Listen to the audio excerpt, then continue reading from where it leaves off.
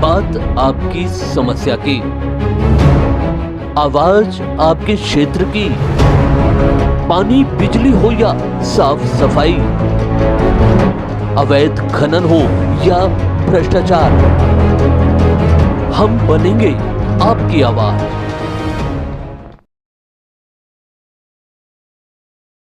नमस्कार, हमारे सभी दर्शकों का अभिवादन।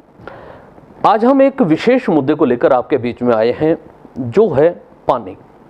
जी हाँ, बात कर रहे हैं हम अलवर जिले की। अलवर जिले के हालात आप देख रहे हैं, जिस तरीके से रोजाना दिन प्रतिदिन बिगड़ते जा रहे हैं। पानी के लिए सड़कों पर जाम लग रहे हैं, लोग जलदाय दफ्तर से लेकर कलेक्ट्रेट तक प्रदर्शन कर रहे हैं, लेकिन कोई समाधान नहीं मिल पा रहा। लेकिन आवश्यकता है एक इस मामले को लेकर आम जन को भी जागरूक होने की। इन सब मुद्दों को लेकर आज हम एक चर्चा करने के लिए स्टूडियो में बैठे हैं, और स्टूडियो में आज हमारे साथ मौजूद हैं बलराम यादव। बलराम यादव प्रदेश कांग्रेस कमेटी के सदस्य हैं। पानी के मुद्दे को लेकर वो अपने विचार हमारे साथ साझा करेंगे, क्योंकि उन्होंने ग्रामीण क्षेत्रों में बहुत काम किया है। बलराम जी, आपका स्टूडियो में स्वागत है। सबसे पहले आज हम जो चर्चा आपसे करना चाह रहे हैं, शहर की स्थिति, जिले की स्थिति, पानी को लेकर आप क्या समझते हैं, कैसे हालात चल रहे हैं और क्या आगे हालात और ऐसे नजर आने वाले हैं? आज अलवर जिले की जो पानी की समस्या है, उस पर अगर गंभीरता से संज्ञान नहीं लिया गया और राजनीतिक चेतना आम जनता के अनुरूप नहीं आई जी, तो बड़े गंभीर परिणाम भुगतने पड़ेंगे। ट्रेनों से पानी मंगवाने की नौबत आ सकती है। ग्रामीण क्षेत्रों में, शहर में पानी का इतना हाहाकार मचा हुआ है। शहर की स्थिति तो पानी पीने और नहाने के लिए ज़रूरत पड़ती है, गांव में तो पशुओं के लिए भी पानी की आवश्यकता पड़ती है, खेती के लिए भी पानी की आवश्यकता पड़ती है। ऐसे ऐसे गांव हैं भौगोलिक स्थिति के रूप में कि जहां पर 1500 फीट बोरिंग होने के बावजूद पानी नहीं निकलता। किसान के ऊपर कर्जा हो गया, 5 लाख रुपए बोरिंग के लग गए और पानी भी नहीं आया। आत्महत्या की नौबत आ रही है जी। टैंकरों से 5-5, 6-6 किलोमीटर दूर से पानी मंगवाया जाता है। जहाँ 300 रुपये का टैंकर आता है, वहाँ पर 1000 रुपये का भी टैंकर आता है। और सामाजिक जीवन लोगों का चरमराया हुआ है। पिछले 1 साल से मैं इसी विषय पर गाँवों से, ग्रामीणों में संवाद कर रहा हूँ, लोगों की जन समस्याएं सुनता हूँ। मैंने ऐसे ऐसे गाँव देखे हैं, किशनगढ़ बास में रायपुर है, कुलताजपुर है, सिवाना है, झिरंडिया है, ऐसे गाँव हैं, घासोली है, बम्बोरा है, जहाँ पर लोग सुबह फ्रेश होने तब जाते हैं जब उनके घरों में कहीं से टैंकर का पानी आकर के टंकी में डल जाता है। जहाँ 5 बीघा में एक किसान परिवार गेहूं करता था, अब की बार उस किसान ने आधा बीघा में गेहूं किया है, सिर्फ पानी की समस्या के कारण। इसलिए चारे की समस्या हमारे गांव अलवर जिले में बड़ी भयंकर रूप से आई हुई है। आपने भी देखी होगी, पंजाब से, हरियाणा से चारा मंगवाना पड़ रहा है। और यही समस्या अलवर जिले की भौगोलिक स्थिति, आज अलवर से लेकर के, अलवर में कोई से मोहल्ले में चले जाओ, कोई से वार्ड में चले जाओ, वहाँ पर महिलाएं मटके लेकर के प्रदर्शन कर रही हैं। लेकिन प्रशासन इसमें कामयाब नहीं हो पा रहा है उनकी समस्याओं का समाधान करने में। इसी प्रकार से गाँवों की भी यही स्थिति है।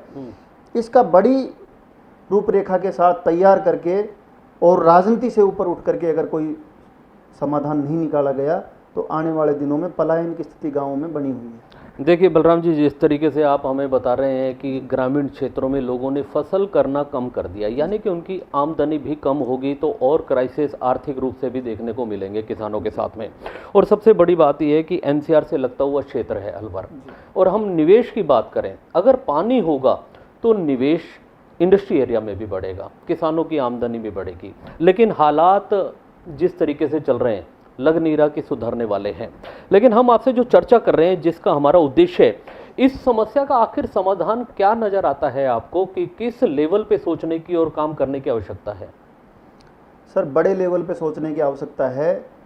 इसमें अगर केंद्र सरकार का इन्वॉल्वमेंट नहीं हुआ जी, तो अलवर जिले को पानी की समस्या का समाधान नहीं होगा। क्योंकि हमारा अलवर जिला तीनों तरफ से हमारे बॉर्डर के ऊपर नहर आई हुई है। इधर आप यूपी में देखेंगे तो कामा से लगता हुआ एरिया जो हरियाणा से यूपी में नहर जा रही है। एक गांव पड़ता है पथवारी, उस गांव का वाटर लेवल ऑटोमेटिक ऊपर है। वो उस गांव में जाकर देखो तो आपको उस गांव में सारे पंजाब के संसाधन मिलेंगे, क्योंकि वहाँ पानी अच्छा है जी। वो स्थिति है बहरोड विधानसभा क्षेत्र में लगता हुआ, नारनौल है, महेंद्रगढ़ है, रेवाड़ी है, कोटकाशी एरिया में रेवाड़ी लगता हुआ है, भिवाड़ी से धारोड़ा लगता हुआ, यहाँ पर सब जगह नहर है हरियाणा। हमें सिर्फ हमारे जो पैक्ट है, मत्स्य प्रदेश बना था, तब हमारा पटेल पैक्ट हुआ था, उसमें जमुना का पानी आना था पटौदी होता हुआ, तो पटौदी तक तो वो आ गया, लेकिन उससे आगे राजनीतिक इच्छा शक्ति के कारण से वो परियोजना आगे नहीं बढ़ पाई। कुछ साल पहले उसका चंबल के पानी के लिए भी 100 करोड़ रुपए स्वीकृत हुए थे। 2019 में 5000 करोड़ रुपए स्वीकृत हुए थे। अभी मेरी जिले के एससी से बात हुई थी, तो उन्होंने कहा कि वो 2019 से आज तक वो प्रोफाइल आगे नहीं चली है। अभी इसरदा बांध के लिए भी सैंक्शन हुआ है, लेकिन सैंक्शन होना और उस पर कार्य योजना बनना, उसका रोड मैप तैयार होना, इनमें इतनी शिथिलता है कि आने वाले दिनों में अगर इन पर स्पीड से काम नहीं हुआ तो अलवर जिले में ट्रेन से पानी मंगवाना पड़ेगा। देखिए बलराम जी, जो स्थिति हम भी देख रहे हैं, हालात जो हम देख रहे हैं, हर बार एक ना एक योजना आती है, चाहे चंबल से पानी लाने की योजना हो, चाहे इसरदा बांध के पानी की लाने की योजना हो, लेकिन सरकारें एक दूसरे पर ये पाले में गेंद फेंकती हैं। जिस तरीके से राज्य सरकार बार बार या कांग्रेस की तरफ से एक ही मांग की जाती है कि इसको राष्ट्रीय परियोजना घोषित करे, लेकिन ना तो वो राष्ट्रीय परियोजना घोषित हो पा रही है, ना ही राज्य सरकार कुछ कर पा रही है। ऐसे में आखिर इस लड़ाई के पीछे जो नुकसान हम देख रहे हैं वो जनता का हो रहा है, जनता प्यासी मर रही है और प्रदर्शन करने को मजबूर है। ऐसे में कहीं ना कहीं ऐसा लगता है कि राजनीतिक स्तर पर भी यह सिर्फ एक चुनावी मुद्दे जुमले बनते हैं जो सिर्फ फाइलों तक सीमित रह जाते हैं, और लेकिन जनता का कोई काम नहीं हो पा रहा है। ऐसे में सर, अब की बार ये इशू जो चला है, ये 16 महीने तो अभी बचे हुए हैं विधानसभा चुनाव जी, और 2 साल बची हुई हैं लोकसभा चुनाव में। अब हमने 1 साल से अभियान चला दिया है गांव में, जन जागरण अभियान। लोगों को ना तो रोड चाहिए, लोगों को हॉस्पिटल नहीं चाहिए, लोगों को स्कूल नहीं चाहिए, लोगों को तहसील नहीं चाहिए, लोगों को सिर्फ पानी चाहिए। क्योंकि सबसे पहले अगर पानी होगा तो ही हमारा जीवन यापन होगा, अगर पानी ही नहीं होगा तो हमारे संसाधन कहाँ रहेंगे जी।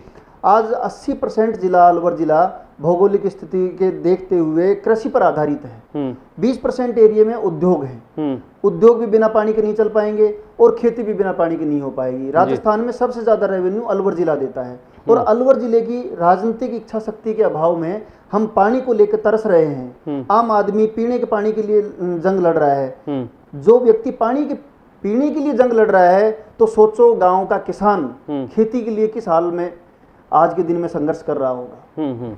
देखिए, बहुत सारी समस्याएं पानी की वजह से हमें जिले में देखने को मिल रही हैं। आमजन भी त्रस्त है, औद्योगिक क्षेत्र भी डेवलप नहीं हो पाते, किसानों की आय भी उसमें कम हो रही है, और यहाँ तक कि जैसा आप बता रहे हैं किसानों की फसल भी कम होने लगी है, और किसान वो फसल कम डालते हैं जिसमें खास तौर से पानी की आवश्यकता ज़्यादा होती है।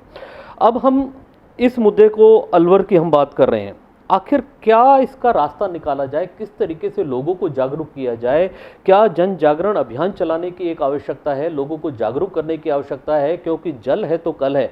आम जन को आखिर जागरूक होना पड़ेगा, पानी बचाना पड़ेगा, और ख़ास तौर से ऐसे भी जो अभियान चलाए जाते हैं, कुछ लोग वाटर हार्वेस्टिंग को लेकर अभियान चलाते हैं, इस तरीके से क्या एक जागरूकता अभियान चलाने की आवश्यकता नजर आती है? युगल जी, आपने बहुत अच्छी बात कही। अलवर जिले में अगर आम जन इसको इशू नहीं बनाएगा, इसको मुद्दा नहीं बनाएगा, एक बड़े स्तर पे आंदोलन नहीं होगा, तो इस समस्या का समाधान नहीं हो पाएगा। क्योंकि प्रशासनिक मशीनरी आज ट्रांसफर यहाँ है, कल वहाँ हो गए, एमएलए आज है, चेंज हो गया, अगली बार टिकट कट गया, सरकारें बदल गई, तो इस अनुरूप में हमारे राजनीतिक द्वेष के रूप में हमारे बड़े इशू डंप हो जाते हैं। और इसी कारण से चंबल का पानी, इसी कारण से इसरदा का पानी, इसी कारण से पटेल पैक्ट में जमुना का पानी, ये सारे इशू हमारे खत्म हो गए। राजनीतिक इच्छा शक्ति के अभाव में, नेताओं के चेंज होने के कारण से कोई नेता ने मुद्दा उठाया, वो अगली बार चुनाव नहीं जीत पाया। लेकिन अब की बार आम जन को इसमें भागीदार लेकर के, ना अभी जब मैं गाँव में जाता हूँ मैं देखता हूँ कि लोग 5-5 किलोमीटर दूर से पानी लेकर के आ रहे हैं, निचले हिस्से से पानी उपले हिस्से में आ रहा है तो पाइपलाइन फट जाती है, औरतें मटके लिए डोलती हैं। औरतें गाँव में सर 6 से 12 बजे तक नरेगा में काम करती हैं, 12 बजे बाद फिर वो पानी भर के लेके आती हैं, पानी भरने के बाद घर पे खाना बनाती हैं जी। तो उनके ऊपर क्या स्थिति है, मेरी रूह कांप उठती है। और इसी को लेकर के मैंने एक जन जागरण अभियान चलाया है।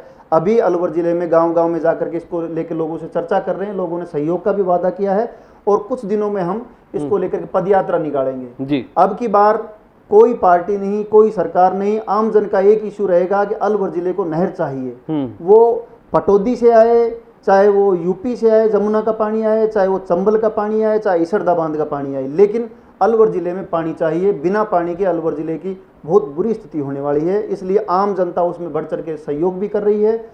अलवर शहर में ये स्थिति भयानक रूप ले चुकी है। गांव का व्यक्ति अलवर में आता है, वो देखता है अलवर के हालात, और गांव में भी कुछ कुछ घटनाएं उनके साथ ऐसी ही घट रही हैं। किसान तो बिल्कुल पीड़ित है। तो आज आम आदमी इस चीज को लेकर के अवेयर है। वो चाहता है कि कोई हमारे मुद्दे को विधानसभा में उठाए, कोई हमारे मुद्दे को पार्लियामेंट में उठाए, और राजनीतिक रूप से सरकारों को झुका करके हमारे अलवर जिले में नहर आए, तो ही इसका समाधान है, वरना कोई समाधान नहीं। जी बिल्कुल बलराम जी, आपका बहुत बहुत आभार, क्योंकि एक ज्वलंत मुद्दा जो अलवर का है उस पर आपने चर्चा की और अपने विचार रखे। हम भी लोगों से यही अपील करना चाहते हैं, आम जन से अलवर की जनता को यही अपील करना चाहते हैं, क्योंकि पानी एक बड़ी समस्या है। सिर्फ अलवर शहर ही नहीं, पूरे जिले के हालात गंभीर हो चुके हैं। इसलिए आम जन को भी जागरूक होना होगा, क्योंकि जल है तो कल है। अपने आने वाली पीढ़ी को अगर पानी देना है तो आपको जागरूक होना पड़ेगा, बूंद बूंद पानी को बचाना होगा, और इस तरीके के जागरूक अभियान में सहभागिता आपको भी निभानी होगी। बलराम जी, आपका बहुत बहुत शुक्रिया, आप हमारे स्टूडियो में पधारे, धन्यवाद।